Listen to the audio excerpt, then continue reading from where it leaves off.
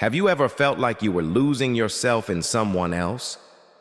Maybe it was a partner who became the center of your world. Maybe a friend whose opinion started to define your worth. Or a family member you just couldn't say no to, even when it hurt. Somewhere along the way, love turned into dependency. Connection became a cage. If you've ever been there, you're not alone. But here's the thing. The problem isn't love. The Stoics never told us to stop loving. They never said, cut off your feelings. In fact, they believed that love, connection, and compassion are part of a virtuous life. The real problem, the one that gets us stuck, anxious, or even heartbroken, is when love becomes ownership. When our sense of peace is held hostage by someone else's presence, behavior, or approval. In Stoicism, the ultimate goal is something called eudaimonia, a life of flourishing through reason, virtue, and inner strength. It's not about being happy all the time. It's about being grounded, clear, unshaken by every emotional storm. But emotional over-attachment, that's one of the biggest storms we face, and it's one we often create ourselves. You see, when you attach too tightly to someone else, when you believe you need them to be okay, you give away your power. You hand over your peace. You become vulnerable not just to loss, but to constant anxiety about losing. Suddenly, you're not living your life. You're managing someone else's. The Stoics offer a different path, a quieter one, a stronger one. They didn't preach cold detachment or emotional numbness.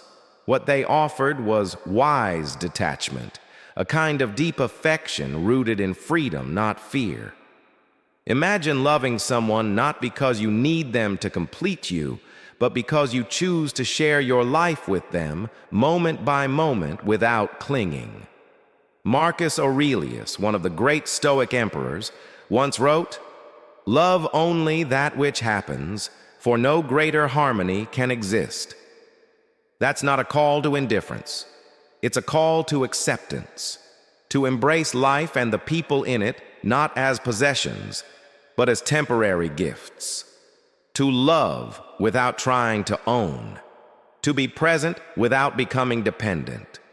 Think of your emotions like a river. When you try to control it, you get swept away.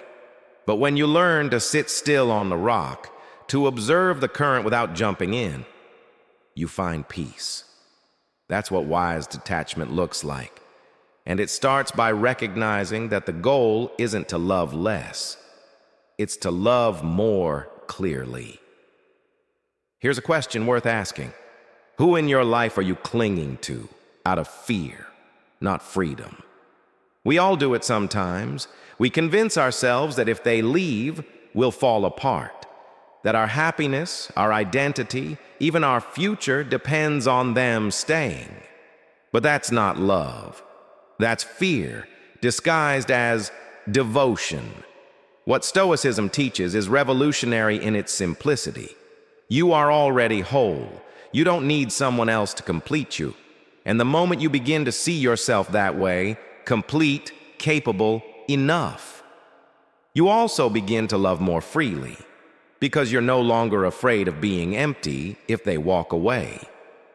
Emotional over-attachment clouds our judgment. It disturbs our peace.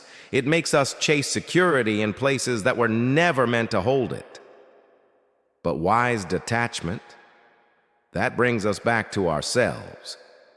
So as we move forward, we'll explore how to practice this art of emotional detachment, not by running from love, but by learning how to stand strong within it.